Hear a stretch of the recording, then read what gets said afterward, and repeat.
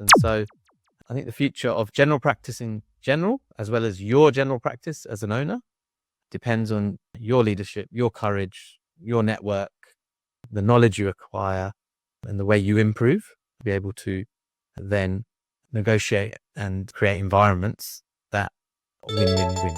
I love that. I think for just a focus of mindset can be on David Burkus, who we've done some work with, does this really well. Just talks about the pro-social purpose. All of us here are for general practice more broadly. We fundamentally believe, not just believe, but we know that general practice is the most important part of the health system if we want to have a well-functioning health system.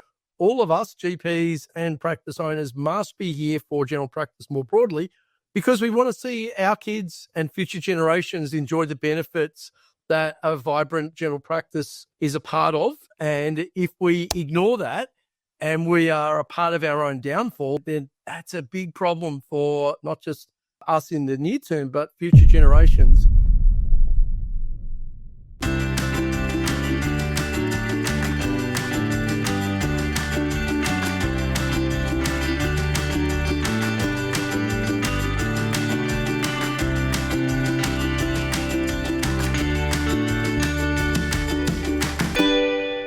Welcome back to the Scale My Clinic podcast. Today, we've got Sachin in the hot seat. Hey, Sachin. Morning. Now, this session is all about the GP pay debate, and this is relevant whether you're a GP or an owner. We're going to cover what's relevant for both of you. We're going to talk about something that's really a frustrating part of general practice, the fight over the percentages, the retention and the service and facility fee. But here's the twist. The real villain isn't the GP or indeed the owner. It's the system designed to devalue what we all do. Let's jump into it, Sachin. This is something that as an owner, you would have had this conversation many, many times over. And it's probably one of the things that comes up as a feature in the Facebook groups about these people ask for this thing, both sides thinking the other side is being unreasonable, sometimes using really highly emotionally charged words like greedy. How do you think about this type of conversation? First and foremost, I think the conversation gets brought down into a really basic, non-nuanced conversation. It just becomes very arbitrary. Like you'll get Facebook groups or various groups in online and offline where people sort of share numbers and then they're just like, I want X%. I think typically now online in groups of non-owner GPs, there's this thing around you should not sign up or join somewhere where you're paying more than 30% service fee, 30-70 split. And GPs will often walk into the negotiation thinking, if I get a higher percentage, I'm going to be better off. Like it's all about the percentage. And quite often people's beliefs are fixed and firm around this. And then you've got the owner thinking on the other side, if I say yes to this, I'm going to struggle to keep the lights on. And the thing is that I think we're thinking about it wrong. And I think GPs and owners almost being adversarial in this setting, and it's not their fault. It's actually the system that has brought this about. And first and foremost, successive governments of all colours and leanings have failed to support general practice and really have been promoting cheaper and lower quality alternatives, perceived cheaper. We'll come to that in a bit, things that are perceived to be cheaper. And then there's these unrealistic expectations, often non-owner GPs who don't actually understand, through no fault of their own, because they don't have transparency over it, they don't really understand the mechanics and the true positions of a general practice.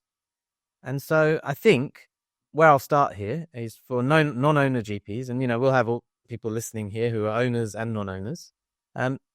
My first message is if you're chasing percentages without understanding the bigger picture, you're really missing the point, right? It's not just about pay. It's about a long-term sustainable role and doing it in an environment which allows you to thrive for the long term. It may sound great when you're offered maybe 20% or 15% service fee or whatever. You get what you pay for. And we want a system where GPs are well supported, we've got good patient flow, you feel satisfied personally, professionally, and financially with your role. But you also want a place where it's run properly and there's a high quality level of support and infrastructure around you. And most of all, we want I think all of us are in general practice because we believe in general practice and we know the good that it does. And we want sustainable general practice. And so I think we both need to get onto the same side and talk about how we can build sustainable general practice in the setting that we're in. And I don't just mean financially sustainable. I mean sustainable in terms of enjoyment, satisfaction, as well as the financial side. And so that's a deeper conversation and much more fulfilling than a conversation around a percentage. Yeah. I think you just got to roll back and step back from just thinking about a percentage and go a bit deeper. That's the main message. So maybe could you talk a little bit more? You mentioned that the service and facility fee is obviously to pay for service and facilities.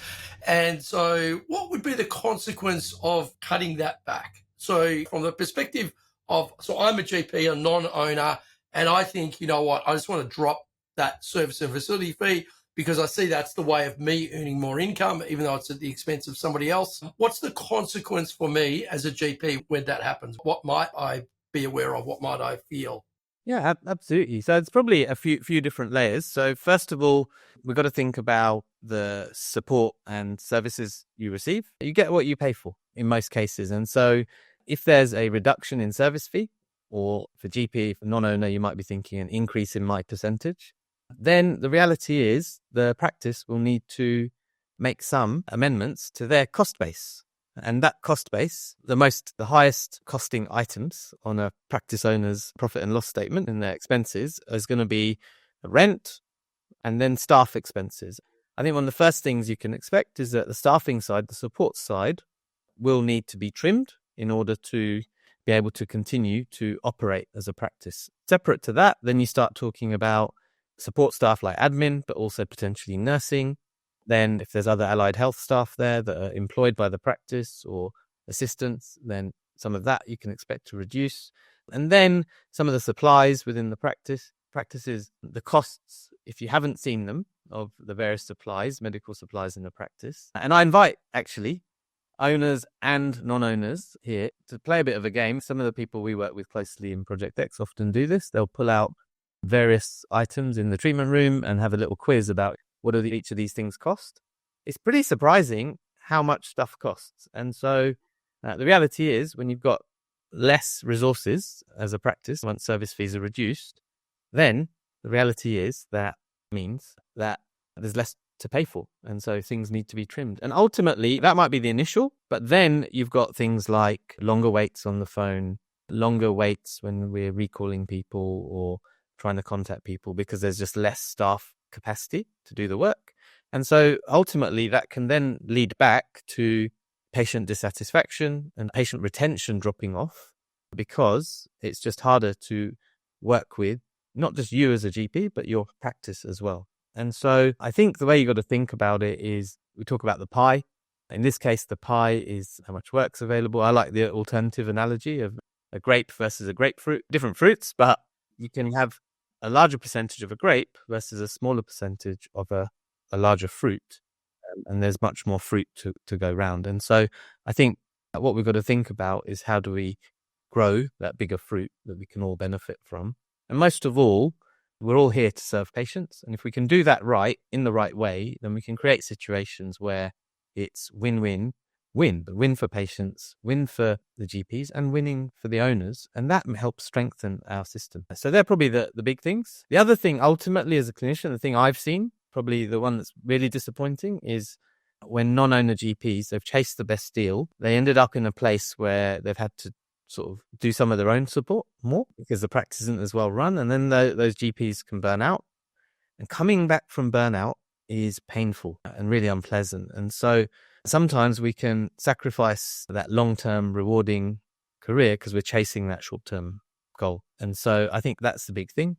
And then from a practice point of view, ultimately, we might think it will never happen, but the reality is I think last year there were 154 practice closures in Australia.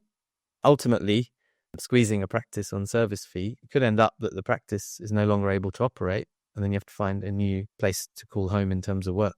And so I think there's an opportunity here for both owners and non-owners to work better together to create something that works for the long term for all parties. I think it's incumbent on all of us as GPs to think about what do we want the future ownership landscape to look like. If we're going to have people in the same craft group, if we're going to have GP owners and GPs kind of at each other playing a zero-sum game, that either you get it or I get it and I care more about myself. If that's going to be the game we play, then the corporates will just eat us up. So what will happen is you'll end up with less private owners because it just won't be viable for private owners. There's an asymmetry in that when you take on all of those overheads, you take them on for the year. You can't just not pay the rent in 1 month, and you can't tell that person who's a permanent part-time or full-time, look, we're not paying for you this month. Whereas the GP has a lot of flexibility, and sometimes the legal engagement is independent GP. It's often taken as unpredictable or erratic is sometimes what people think. If you're trying to manage fixed overheads and you've got variable income based on people that said, look, I usually take 4 weeks off a year, but I'm going to take 12 weeks off because I'm independent, that's really difficult to manage. You all of a sudden have your overheads are fixed, they're the same amount, and there are some elements that are variable, but that's mostly things like casual wages and supplies. Your utilities are fixed, your insurances are fixed. The vast majority of what we're paying is fixed. And if we want to engage the best staff, they obviously need to be either full-time or permanent part-time. You know, you're not going to say, and this is not disrespectful in any way to casual staff, but they're mostly backfilling the gaps. And so, you know, anybody who's awesome is going to be on a permanent agreement of some sort, I would suggest, with rare exception. And so if you're going to make those commitments on the business side in order to give the doctors the leverage they need to operate in their genius zone, which is seeing patients and not doing those other things that are administrative or just remunerated at a lower rate, freeing them up to do as much of that as they can, then, yeah, we end up in this kind of death spiral where you can't afford to pay for great staff. And the ones that are great, you can't keep them because you can't give them any pay rises. Meanwhile, all of the other stuff in the background, and this has been a big deal in a high inflation environment, you know, your rent, your utilities, insurances, all those things are going up, not just at inflation, but above inflation. And in the background, the foundation of the remuneration, the MBS, is kind of frozen, or the best part of frozen. Yes, it's been indexed more recently, but it's so far behind that it's not funny. You know, it's less than half of what the AMA recommend as their rates. We do have fairly substantial problems to overcome, and it concerns me when you don't have alignment between owners and GPs, because if we can't work together on this to create sustainable outcomes, then people should want to work in profitable businesses, because that's where you get to reinvest in IT, put in a new coat of paint and a new carpet, new features, and improving the service delivery models, the services, all the things that we expect. If you don't have a profitable business, you can't do those things. That's not even a luxury in that environment. You just can't do them.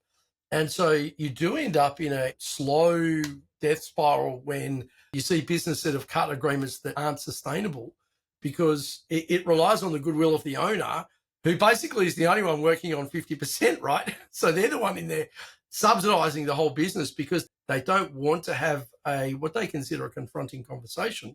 They don't want to have difficult conversations because they're not built for it. And then, like you said, what happens, Sachin, is they say, we're closing in 3 months. We can no longer do this. I think that's a terrible outcome. And guess what? The corporates will come in. When corporates own it, there's a small number of corporates. You're going to end up like you do with buying an airfare now. When you've got oligopolies, guess what happens? You don't have any bargaining power.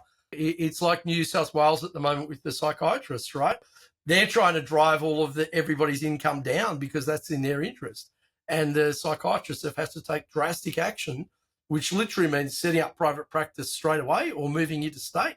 That's not a great outcome for anybody, I would suggest. Absolutely. So the best analogy I can give is I've experienced this when I was in the UK with pharmacy and corporatization on a grand scale in the UK of pharmacy. Like supermarkets got it, the big chains got it. What happened is that drove down working conditions for pharmacists, such that a pharmacist in the UK that was earning £12 an hour, because that's all that would be offered, because they just had corporatization that meant independent pharmacy wasn't there. At the end of the day, corporates are there to satisfy their shareholders. And once they have that power, then there's a big issue in terms of being able to have autonomy and choice as a clinician.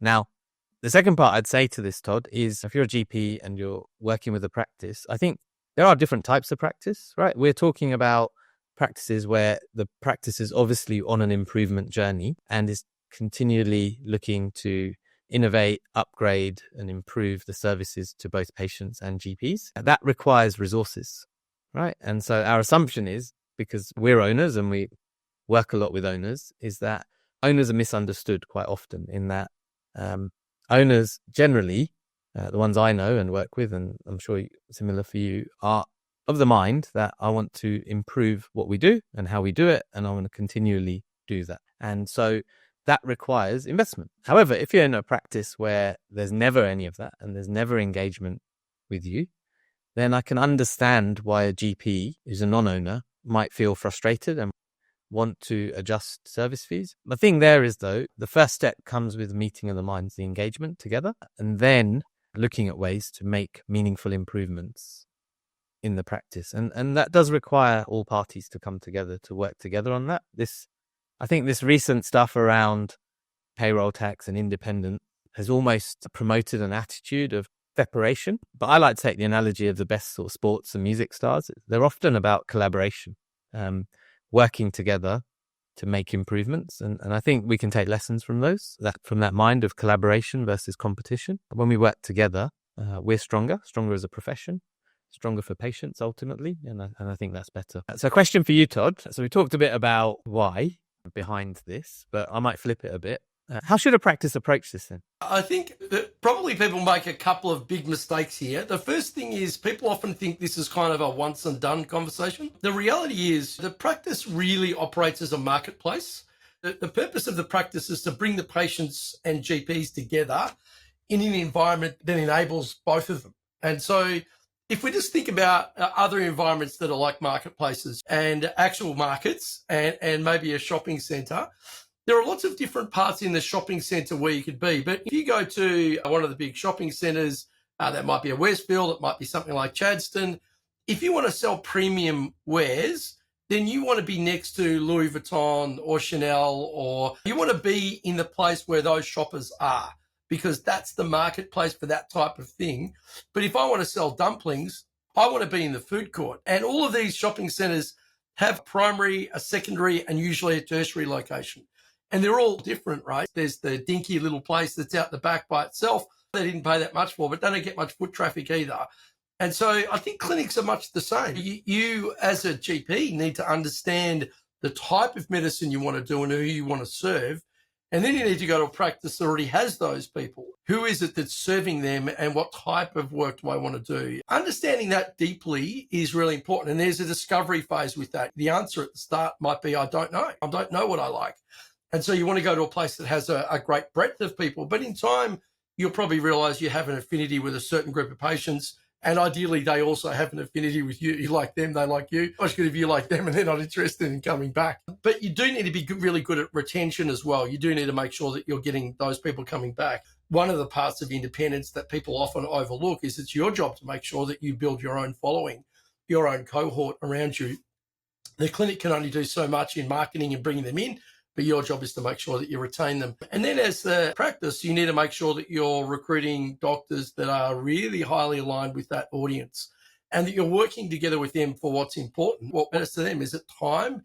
Is it money? Is it something else? Is it something about the impact they make in the community that's important to them? And this is probably, if I was giving you an idea about how many conversations this is, it's probably somewhere between 4 and 8 conversations, maybe as many as 10 or 12. In order to get that really deep understanding between the workplace and the GP as to what's ideal for them. And then you kind of need to then organise the resources around what that person's committing to. I think some of the challenges here is that sometimes people make a promise, hey, I'm going to take 4 weeks, a year off, and then something changes in their world and they decide I'm going to take 12 weeks a year off. That does substantially change the value proposition for the practice. But those things do warrant conversations, and we really should be saying, hey, this is what I'm thinking. How is this going to impact the way we work together? What can we do to minimize the impact on each other of doing this? And I think just much more conversation around this. Like you said, we want to have the Ed Sheeran mindset and just be highly collaborative and not just kind of information, oh, I'm telling you that this is what's happening. I gave you notice. It's not really a great way to do this because whilst the arrangements, again, talk about independence, that's really more about the legal engagement, and it is much, much more useful to be collaborative. I think on the side of GPs often think all I need to do is let the clinic know, and then I pretty well have freedom to do what I like. And whilst that might be true, you wouldn't expect the clinic to come up to you and say, hey, by the way, on Thursdays and Fridays, we don't have any reception staff there. You're just going to run the clinic yourself.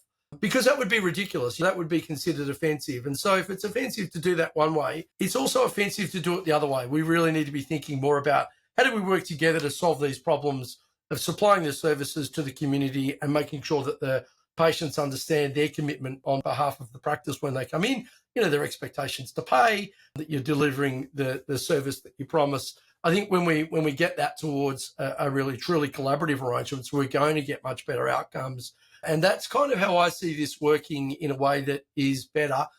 The other thing, Sachin, is we've got to be mindful there's going to be substantial changes to the way that funds are delivered to the practice in coming years. And it may be that what we're currently doing is not fit for the future of general practice. And so it's incumbent on all of us to work well together, because if it turns out that a whole bunch of funding goes to the practice and individual practices are dying out, then again, you're going to be working with corporates.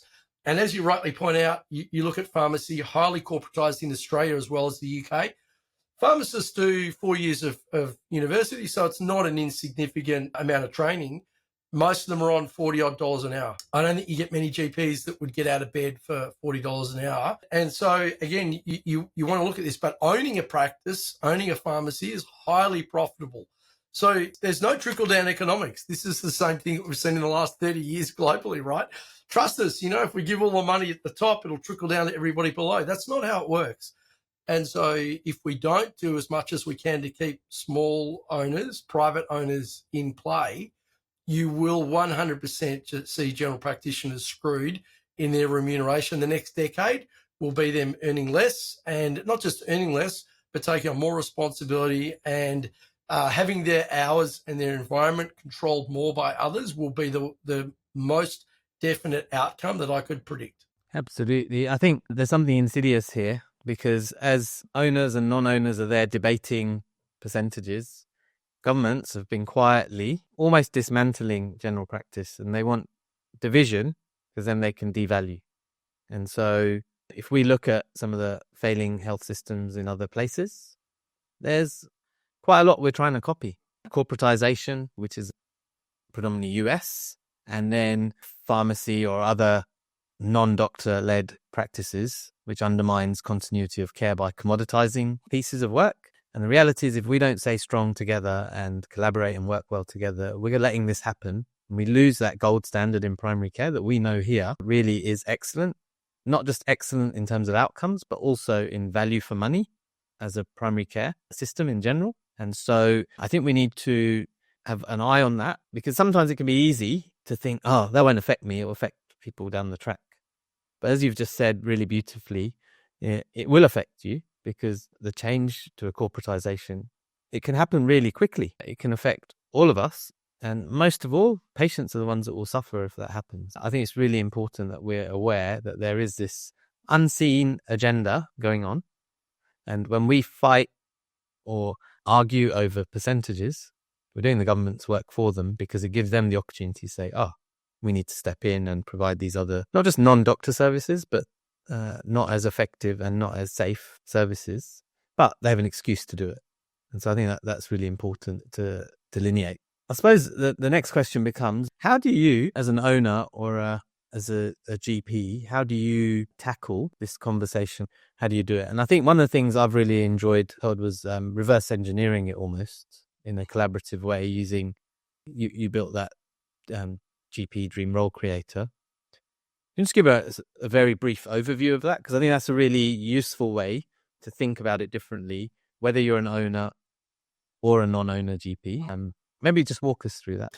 Yeah, I think the place to begin is what's your target earnings. Now, again, this is not usually the place that GPs begin, but I reckon GPs would be one of the lowest paid, most highly qualified professional experts in Australia, because there are not any, I can't think of any other profession other than the non-GP specialties that requires 12 plus years of pretty well full-time training. It's not 10 hours a week. It's full-time at uni, depending on which uni you go to. You've got somewhere between 6 and 7 years of study.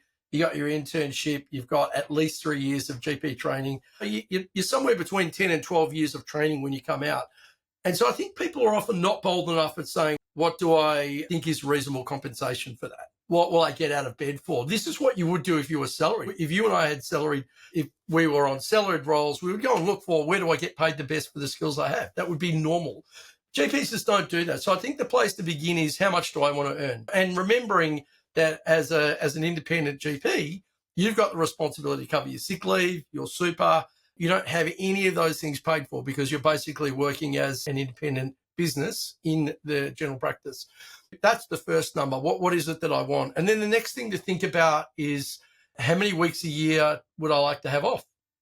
Now, this is one of my favorite things, because you've also got to take into consideration the holidays that each state has. And Victoria leads the other states here. We're both Victorians. Very proud of the fact that we have 13 public holidays per year in Victoria. And actually, it's one more, because the Tuesday Cup Day is a scam, because everyone takes Monday off as well for a 4-day weekend. So let's say there are 13 or 14 public holidays. So that's 3 weeks that you won't be working if you take those off. So that's already 3 weeks out of the year gone. And then the question is, how many other weeks would you like to take off? And so most people say another 4. And so that's 7 weeks of the year that you won't be working, which is, quite a substantial amount. And therefore, you can't generate revenue on those days. And so then we work out, how many hours per week would you like to work in terms of your patient contact hours. Once we've worked out the revenue you want and the weeks per year that you would like to work and the weeks per year that you would not like to work, your holidays, then the hours per week, we work out what is the revenue per hour that you need to generate. This is where it gets really interesting, because sometimes you'll find that the math doesn't add up, that actually you've committed insufficient hours, or you've planned to take more time off than supports the revenue that you'd like to earn. And so I find this really interesting. I know this is something you've found, Sachin, when you've gone and tested this, is that when you ask people how many hours a week they work, and again, the reality here is that you are only counting revenue producing hours. So if you're an hour off for lunch, you can't bill anything during that time. And so the reality of being independent is that you need to look at only the revenue generating hours. Most people vastly overestimate how much they are actually working. And I might throw to you for just a bit of feedback on this, because it's really interesting when you ask people, then when you go and audit it and they're like, oh, actually. So maybe give a bit of context around what you typically find there. Yeah. I remember years ago, just a bit of background, it was bothering me. There's a GP in one of the practices I own sort of saying, I need to reduce my hours, I'm working too hard. So I remember going to bed one night, I woke up with this calculation in my head. And the calculation was, what percentage of your waking hours do you think you're working? And this person, I think they said 55 or 60%. And then we did the actual calculation, including commute time, including lunch, like the whole thing. And it was something like 24%. So it's vastly different to what they thought. And so it was, perception is reality. That was the issue. But actually, when we dug deeper, so they way overestimated, almost tripled what they thought, so 2.5 times what they thought they were working in terms of that versus reality. But separate to that, I think what was really the issue is they just had friction points in their day that we were then able to work on, because once they'd done the objective calculation, it was like, the number doesn't lie. And so maybe it's something else. And that just opened the window to a different conversation. And we were able to solve that for that GP. But it's really interesting. It's a classic example. So I highly recommend that as a simple thing. If someone says they're working too much, what they mean is they feel like they're working too much. And so, but to get them to understand the difference between I'm working too much versus I feel I'm working too much, the first step is just do the numbers. 100%. And I've had exactly the same experience. So in all cases, people have overestimated how much they actually work. And I think this is really interesting, because if you were salaried, you would have the hours dictated to you that you work. You would have your breaks dictated. Everything would be laid out. So I think, again, when you appreciate freedom, you got to appreciate the alternative is that somebody else has a say in that. I think one of the challenges for us is that general practice from the perspective of a GP can be really spirit heavy, it can be really task heavy, and it can be decision dense. And so all of those things can psychologically weigh on you. And so you do need to have an environment that's good at offloading those things, so as that you know that when you delegate something or you hand something off to someone, you know it's done. It doesn't stay as an open loop in your mind. And this is like a crappy team will not be able to close those loops for you. You talked about it earlier. That becomes part of burnout because GPs by their nature, I think, are over accountable anyway. That's often how we start medicine, but then we're certainly having that drilled into us because the MDOs are always talking about how you're at fault for everything that somebody else does. You've got to drive your patients to the specialist to make sure they get there, and all these kind of ridiculous things that come back. They just feed that over accountability, right? And so as you said, what happens is when you say, hey, what do you think you work? What people tell you is the emotional weight of the work they do, which is not the same thing. So then we're involved in a better quality conversation, which is how do I offload some of that emotional weight of the work? Is it the type of patients I'm seeing? Is it that I'm working at the times that don't particularly suit me, that I'm missing out on exercise or I'm missing out on socializing or doing something with my family? Do I need to recut the hours? Would it be better working on a weekend and maybe doing things over different times during the day? I think that invites a lot of better quality questions then. And then we get down to the hours and the revenue that you've got available to generate that revenue. And you can make a realistic assessment of, am I able to bill that? And what is my current... The way we do this, and we'll give this away to people, by the way, this tool is called the GP Dream Role Creator. If it's something you'd like, just hit Sachin or I up on LinkedIn or Facebook. Just send us a direct message and make sure you use the phrase, because we get a lot of direct messages. Just say, I'd like the GP Dream Role Creator, and we'll make sure that you get a copy of this. Essentially, what we do is work through the idealized environment first. So revenue, weeks per year, then we work through the hours per week. Then we work through the revenue per hour that's required to be billed. How likely is that? How many patients per hour would you like to see? Then you come back to, this is the revenue per encounter you need to generate. And you're going to be able to look at it and say, is that realistic or not? So if it's 20% above realistic, if you want to maintain the income, you've got to work 20% more time. Now, that could be that you work more hours in the week, but you maintain the amount of time off, or you might choose to work the same hours and just have less time off. There's a lot of different ways of arriving at the end result. And then we actually audit the reality. Where are we now? That part is a lot of fun because you end up arriving at, okay, this is what I would like. And this is like the GPS, right? So actually you need to know, what's my destination? Where do I want to go? In order for the GPS to work, it also has to know, where are you right now? And then you start to bridge the gap between the two. And this is a really useful tool owners to use with GPs to work out, okay, let's start working on these things because we both benefit by you getting this right. And we want to make sure that we have a high degree of clarity over what we're pursuing on your behalf as an owner, and that GPs know where they're headed as well. And I think this is a piece of content that you've been able to build into a CPD tool for people in Project X, so that when they work through this, they also get a bunch of CPD hours out of this. But that's probably a useful tool anyway, a useful structure to approach this from both sides, just so that you've got aligned intent and you've got sort of milestones that you'll be looking at for improving those earnings. And then over time, I think the reality is, as a GP, this is a case of you've got to apply your oxygen mask first, right? You've just got to make sure that you're okay and that you're headed towards the goals that you set for yourself, not just taking what you get as a result of kind of a certain level of activity that is not really particularly well measured or even well structured or well planned. So moving back to meticulous and effective planning, I think, is a really useful approach to this. Really keen for what context you've got to add. I remember you doing that piece of content, by the way, walking through the park, sitting down on the bench, scribbling on your jotting paper back in the day. The calculation, yeah. I think the reality is, like, it starts with the mindset of and the willingness of all parties to be collaborative and to think beyond just the first thought of percentage. And then you've shared some good tools, and obviously you've kindly offered to share it. We've kindly offered to share it now because it's me or Todd. But I think the other bit that I think is really important here is, from an owner's perspective, showing good leadership and transparency in the conversation. The future of general practice depends on the leadership of the owners that are in general practice. And so I'd love to, from my perspective, I think sometimes we can be shrinking violets in terms of leading, although we're trained to be excellent leaders in general practice, 90% of owners, GPs, but we are trained in being good leaders in terms of we have those skills. We need to bring them with a bit of deeper training and understanding to the other role of ownership.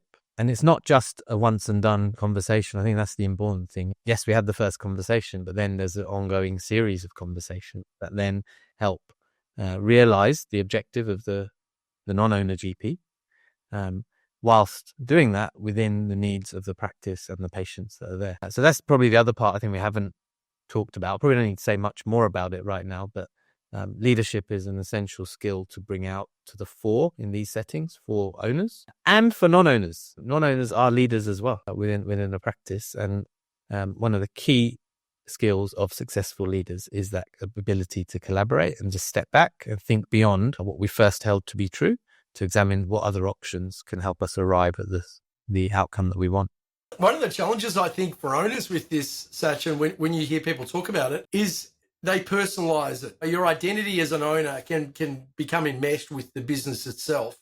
And so when you get that, it's usually an email. People don't like to say this stuff to your face, right? And so you get this email and you see the posts in the Facebook group. I've just got an email from somebody saying they want to go from 65% retention to 75% retention. What should I do? And then everybody jumps in and gives a pile of advice. You should do this. You should do that. You should tell them go. And everybody's giving all sorts of advice. There's this crazy stuff that goes in the chat. And you just go, whoa, whoa, whoa, whoa, whoa. Hang on a second. Somebody's just raised a completely valid point. And what they're really saying, so I think it's important to understand what people are really saying. What they're really saying is, hey, I'm in trouble financially. I am feeling the pressure at the moment from the current arrangement we have. And I'm not aware of any other way to fix this other than you giving me more money. That's what they're saying. And so rather than personalize you, because then people start to behave in a really childish way. And you see it in the chat, tell them to go. And they might have been there for 5 years or 10 years, might be a great clinician. There's all sorts of things that people become really reactive with. And then, as you said, this is really the right thing to say is, hey, I'm curious what's behind that inquiry. What are you thinking? What is it that you need from me? And having a lot of conversations and in environments that are supportive of an open conversation, not in between patients, not by email. I don't know any negotiation or problem that's been solved or made better by email. Do you? And I think the other thing that's worth mentioning here, Todd, is people we've worked with have actually done the opposite. They've increased their service fees, given the state of how general practice has gone over the past decade. We've had members in Project X who've increased their service fees. Non-owner GPs who work with them have collaborated on that with them, heard them out, understood the rationale. They've successfully implemented that, as well as wider improvement plans within the practice. And those GPs who've increased their service fee, so reduced their percentage retention, have actually gone on to increase their overall income, increase their job satisfaction, and reduce those prospects of burnout, which is counterintuitive to what you would have thought when we started this conversation today. And so I think that's really important to put out there, that what we think to be true, there's often examples of the very opposite. I think for anyone any of our audience here who want to explore that further or talk about it, come and find us. Let's have those conversations, because when you only have a hammer, everything looks like a nail, right, Todd? Exactly.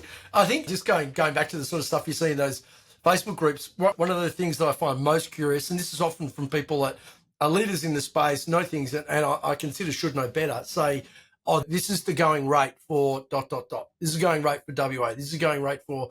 And so it's this closed mindset and the fixed mindset, and it's all around scarcity. That's what everybody does. Like you said, you and I are looking under the hood of successful businesses, and we know that's actually not true, that we would be able to give plenty of examples. Most people don't want to have their fixed mindsets challenged. And so the number one thing that I would encourage people is to maintain an open mind. We would be able to demonstrate successful practices that have done the opposite of pretty well all of the things that people are talking about as, oh, this can't be done. This is normal now. This is the expectation. Okay, What is the evidence for that? If it's only your own personal experience, that's not evidence. As you rightly said, we have had many people that have actually gone the other way, where they've actually increased their service fee. Better still, as you said, it's been better for everybody. I think that's what's really cool with this. A message to GPs, if you're giving a message to the GP side of the discussion. As a GP, your whole career is based on sustainable practices. And for you, in your long-term interests, it's probably in your best interest to work with the owners of the practice that you're at. And of course, you might change and move, etc. But whichever owners you're with, you're probably best, once you've selected the right environment, to work in a collaborative way with those owners so that you can build personal practices that let you thrive within an environment that is thriving. So I think that's really important, because we really want to think of career span, so longevity in your career, not just short, hard, and burnout. Because I don't think that's helpful for anyone, and it's certainly not helpful for our patients and the health system. I think for owners, it's really about leadership, courage, and expanding knowledge. You need to be careful of where you take the advice and what questions you ask and how you ask them, and the advice you're given and the way you then execute on that. When you have a painful experience, you just often can be tempted to I just want to fix it as soon as possible. And so speed in terms of negotiation or discussion is often a sign that you're under duress and you're making a rushed decision. And so you can sometimes, as an owner, get into a rushed decision that puts you in a really difficult position where potentially you end up subsidizing the whole practice just to keep it running, and you end up at yourself while your team is on a 70-30 or whatever split. You may end up on only retaining 40 and the practice taking up the other 60 because you're subsidizing that for everyone else. And that's really harmful, not just to you, but all those loved ones and those important to you and your business and your patients. I think the future of general practice in general, as well as your general practice as an owner, depends on your leadership, your courage, your network, the knowledge you acquire, and the way you improve to be able to then negotiate and create environments that are win-win-win. Yeah, I love that. I think for just a focus of mindset can be on David Burkus, who we've done some work with, does this really well. Just talks about the pro-social purpose. All of us here are for general practice more broadly. We fundamentally believe, not just believe, but we know that general practice is the most important part of the health system if we want to have a well-functioning health system. And so all of us, GPs and practice owners, must be here for general practice more broadly, because we want to see our kids and future generations enjoy the benefits that a vibrant general practice is a part of. And if we ignore that and we are a part of our own downfall, then that's a big problem for not just us in the near term, but future generations. We don't want to hand over a health system that's anything like America or the UK. That's not good for anybody. And so we want to make sure that Australia has the benefit of a vibrant general practice. That includes us having that pro-social purpose in mind, is that we all have a part to play in that, not to be victims, but how can we all make it better? And a lot of the people that are GPs at the moment will be owners in the future. That's certainly our aspiration and one of our goals. And so make sure that you're treating people in the way that you would like to be treated. That's going to be important. That's all from us. Right.